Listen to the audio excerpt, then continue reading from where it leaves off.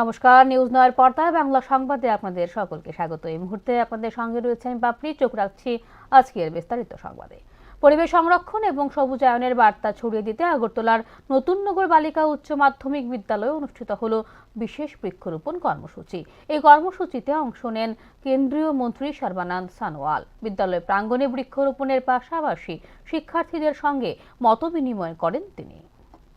পরিবেশ রক্ষা এবং সবুজ পৃথিবী গড়ে তোলার লক্ষ্যে নতুননগর বালিকা উচ্চ মাধ্যমিক বিদ্যালয়ে আয়োজিত বৃক্ষরোপণ কর্মসূচিতে অংশগ্রহণ করেন কেন্দ্রীয় মন্ত্রী সর্বানন্দ সোনোয়াল।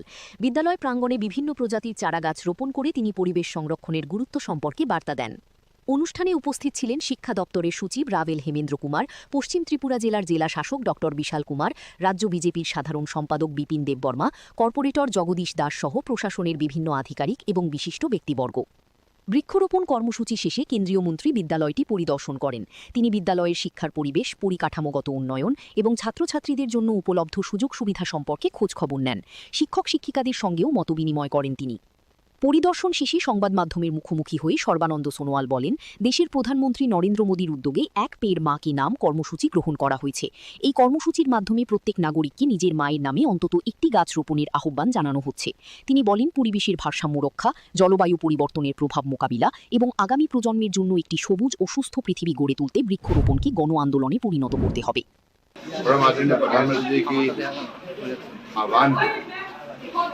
लोगों ने मान्यता देते हुए, स्वीकार करते हुए आज इसको लागू की है। करोड़ों ऐसे सैपलिंग प्लांटेशन की गई है। लक्ष्य है हमें क्लाइमेट चेंज का साथ मुकाबला करने के लिए क्लाइमेट एक्शन लेना होगा।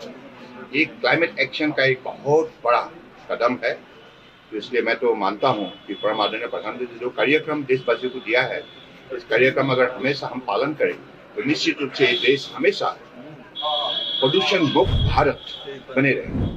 আজকের এই অনুষ্ঠানে সকলকে শুধু গাছ লাগানো নয়, সেই গাছের পরিচর্যা ও সংরক্ষণের দায়িত্ব গ্রহণ করার আহ্বান জানানো হয়। অনুষ্ঠানে উপস্থিত ছাত্রছাত্রীদের মধ্যেও পরিবেশ সচেতনতার বার্তা তুলে ধরা হয়। ব্যুরো রিপোর্ট, নিউজ নাও।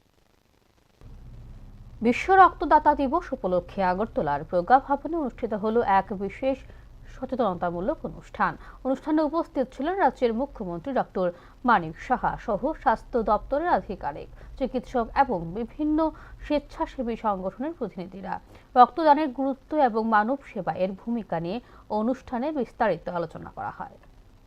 প্রতি বছরের মতো এবারও বিশ্ব রক্তদাতা দিবস যথাযোগ্য মর্যাদায় পালন করা হয় আগরতলার প্রজ্ঞা ভবনে।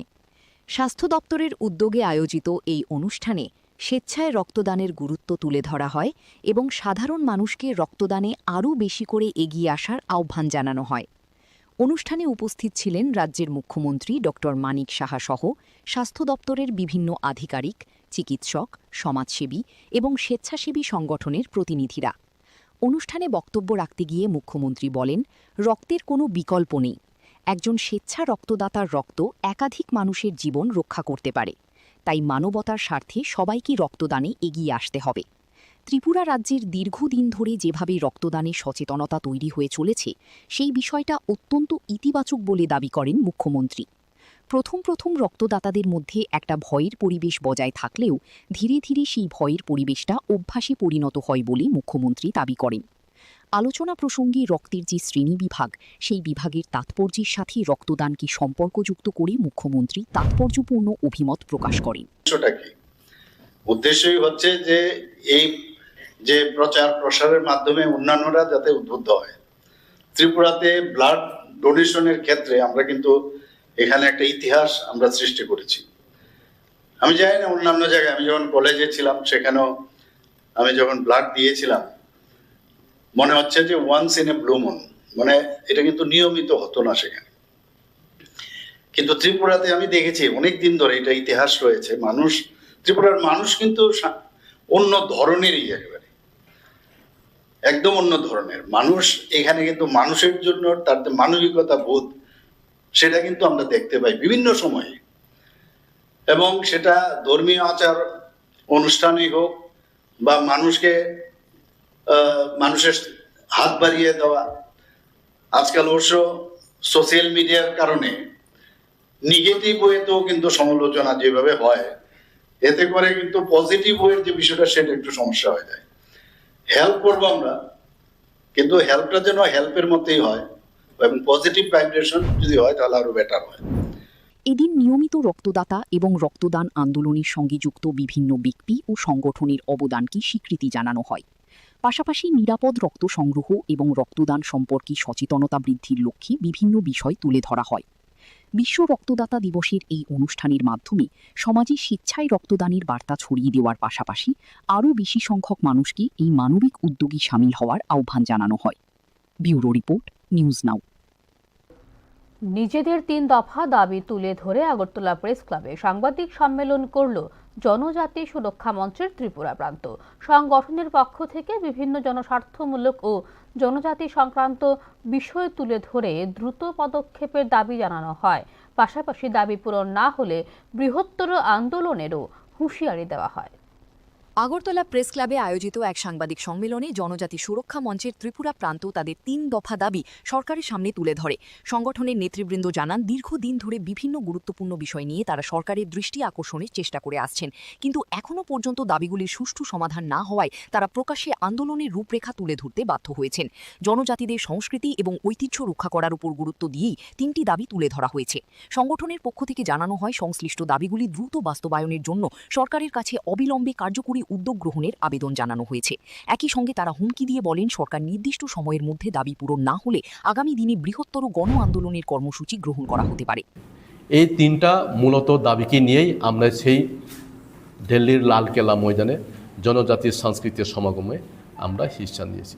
এটা হচ্ছে আমাদের মূল বক্তব্য আজকের প্রেস রিলিজ। সবাইকে ধন্যবাদ। আমি সাংবাদিক সম্মেলনে জনজাতি সুরক্ষা মঞ্চের বিভিন্ন স্তরের কর্মকর্তারা উপস্থিত ছিলেন। তারা দাবি পূরণে সরকারের ইতিবাচক ভূমিকার প্রত্যাশা ব্যক্ত করেন। ব্যুরো রিপোর্ট, নিউজ নাও।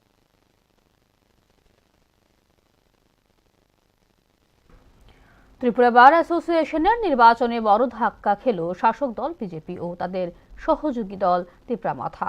15টি আসনের মধ্যে 10টিতে জয়লাভ করেছে বাম কংগ্রেস সমর্থিত সংবিধান বাঁচাও মঞ্চ।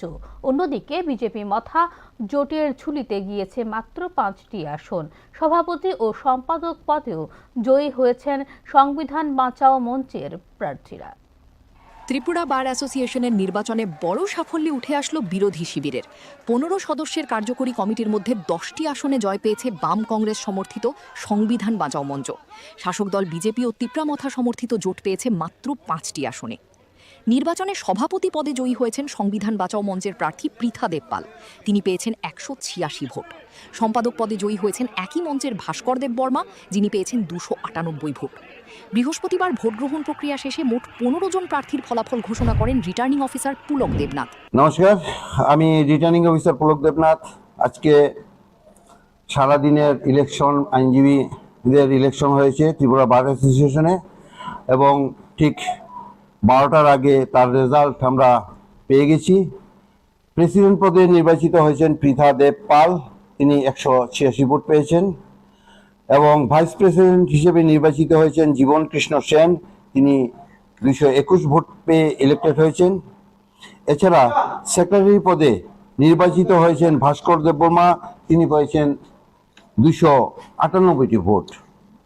এছাড়া অ্যাসিস্ট্যান্ট সেক্রেটারি উইমেন রিজার্ভ যেটা, সেই জায়গাতে মল্লিকা শাহ 319 ভোট পেয়ে নির্বাচিত হয়েছেন এবং জেনারেল অ্যাসিস্ট্যান্ট সেক্রেটারি হিসাবে জেনারেল পদে নির্বাচিত হয়েছেন ভবানী রঞ্জন ভট্টাচার্য 219 ভোট পেয়ে।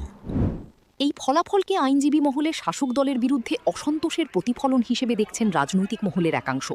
একইভাবে বুদ্ধিজীবী মহলে সরকারের ভাবমূর্তি কি রয়েছে তা নিয়েও প্রশ্ন তুলে দিয়েছে এই বার নির্বাচনের ফলাফল। ব্যুরো রিপোর্ট, নিউজ নাও। আগরতলা প্রেস ক্লাবে ভীম আর্মি ভারত একতা মিশনের উদ্যোগে অনুষ্ঠিত হলো এক গুরুত্বপূর্ণ সাংবাদিক সম্মেলন।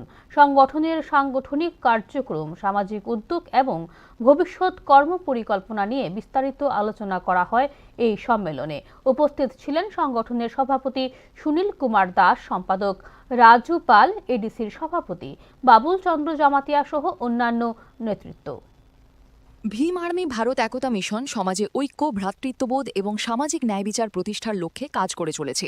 বিশেষ করে সমাজের পিছিয়ে পড়া, বঞ্চিত এবং সুবিধাবঞ্চিত মানুষের অধিকার রক্ষার বিষয়টিকে সংগঠন সর্বাধিক গুরুত্ব দিয়ে থাকে। আগরতলা প্রেস ক্লাবে আয়োজিত সাংবাদিক সম্মেলনে এমনভাবেই দাবি ওঠে।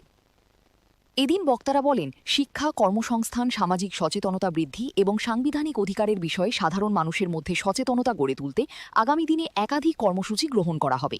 রাজ্যের বিভিন্ন প্রান্তে সভা, আলোচনা চক্র, সচেতনতামূলক প্রচারাভিযান এবং গণসংযোগ কর্মসূচির মাধ্যমে সংগঠনের কার্যক্রমকে আরও বিস্তৃত করার পরিকল্পনার কথাও তুলে ধরা হয়। সংগঠনের সভাপতি সুনীল কুমার দাস বলেন, সমাজে বৈষম্য, অবিচার ও বঞ্চনার বিরুদ্ধে ঐক্যবদ্ধভাবে লড়াই গড়ে তোলার প্রয়োজন রয়েছে। সেই লক্ষ্যেই ভীম আর্মি ভারত একতা মিশন মানুষের পাশে থেকে কাজ করে যাচ্ছে এবং আগামী দিনেও এই লড়াই অব্যাহত থাকবে। এছাড়াও সংগঠনের সম্পাদক রাজু পাল এবং এডিসি সভাপতি বাবুল চন্দ্র জমাতিয়া সংগঠনের বিভিন্ন সামাজিক কর্মকাণ্ড ও ভবিষ্যৎ পরিকল্পনা সম্পর্কে বিস্তারিত বক্তব্য রাখেন। তারা যুব সমাজকে সামাজিক পরিবর্তনের কাজে এগিয়ে আসার আহ্বান জানান। পাশাপাশি সাংবাদিক সম্মেলন থেকে দাবি করা হয়, স্বাধীনতার পূর্বে যে স্বপ্ন দেখা হয়েছিল তা আজও পূরণ হয়নি।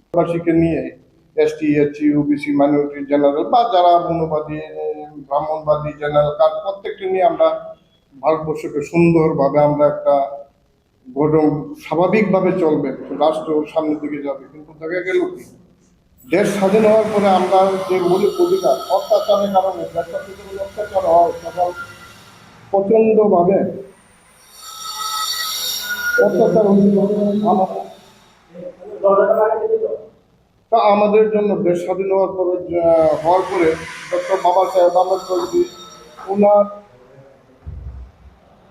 ওনার অবদান আমাদের জন্য যে অধিকার দিয়েছে সংবিধান অধিকার, কিন্তু দেখা যাইতেছে যে সংবিধান অধিকার থেকে আমরা আজকে বঞ্চিত, লাঞ্ছিত, পীড়িত। আজকের দিনও আপনারা জানেন বিভিন্নভাবে উত্তরপ্রদেশ। পরে সাংবাদিকদের বিভিন্ন প্রশ্নের উত্তর দেন উপস্থিত নেতৃবৃন্দ।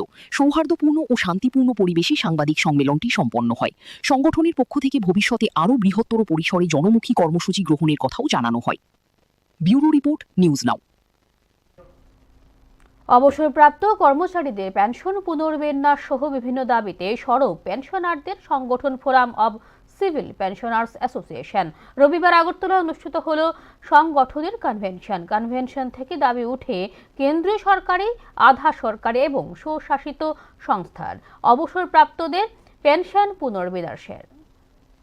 পেনশনভোগীদের দীর্ঘদিনের দাবি ও সমস্যা তুলে ধরতে রবিবার আগরতলার মুক্তধারা অডিটোরিয়ামে কনভেনশনের আয়োজন করে forum of civil pensioners association Tripura state committee. সংগঠনের অভিযোগ, অষ্টম বেতন কমিশন এখনও পর্যন্ত কেন্দ্রীয় সরকারি, আধা সরকারি ও স্বশাসিত সংস্থার অবসরপ্রাপ্ত কর্মচারীদের পেনশন পুনর্বিন্যাসের বিষয়ে কোনো কার্যকর পদক্ষেপ গ্রহণ করেনি। পাশাপাশি 2025 সালের অর্থবিলে অন্তর্ভুক্ত ভ্যালিডেশন অ্যাক্টের মাধ্যমে পুরনো ও নতুন পেনশনারদের মধ্যে বৈষম্য তৈরি করার চেষ্টা করা হচ্ছে বলেও অভিযোগ সংগঠনের নেতৃত্বের। সংগঠনের পক্ষ থেকে জানানো হয়, এই ইস্যুতে দেশজুড়ে প্রায় 69 লক্ষ পেনশনারের বিভিন্ন সংগঠন গত 1 বছর ধরে আন্দোলন ও প্রতিবাদ কর্মসূচি চালিয়ে যাচ্ছে। ত্রিপুরাতেও বিভিন্ন গণতান্ত্রিক কর্মসূচি পালিত হয়েছে। সেখানে নেতৃত্ব কেন্দ্রীয় সরকারের প্রকল্প নিয়ে সন্দেহ প্রকাশ করেন। পরিসীমার থেকে বাইরে রাখা হয়েছে। We are in a doubt যে আমাদেরকে এর মধ্যে কিভাবে কি করবে এবং যারা পে কমিশনে বা কী ধরনের কী করবে তা আমরা খুব তার উপরে ভিত্তি করে আজকে আলোচনার জন্য আমরা এখানে কনভেনশনে এসেছি। আমরা আশা করব যে আমাদের সর্বভারতীয় ভিত্তিতে আমরা এর পরবর্তী। রবিবারের এই কনভেনশনে প্রধান অতিথি হিসেবে উপস্থিত ছিলেন national coordination committee of pensioners অ্যাসোসিয়েশনের deputy secretary general Dwijendra Kumar Debnath. Convention থেকে পেনশনভোগীদের ন্যায্য দাবি দ্রুত বাস্তবায়নের জন্য কেন্দ্রীয় সরকারের কাছে আহ্বান জানানো হয়। ব্যুরো রিপোর্ট, নিউজ নাও। এখনকার মতো সংবাদ এই পর্যন্ত। আমাদের পরবর্তী সংবাদ এবং অন্যান্য অনুষ্ঠান দেখতে চোখ রাখুন নিউজ নাওয়ের পর্দায়। নমস্কার।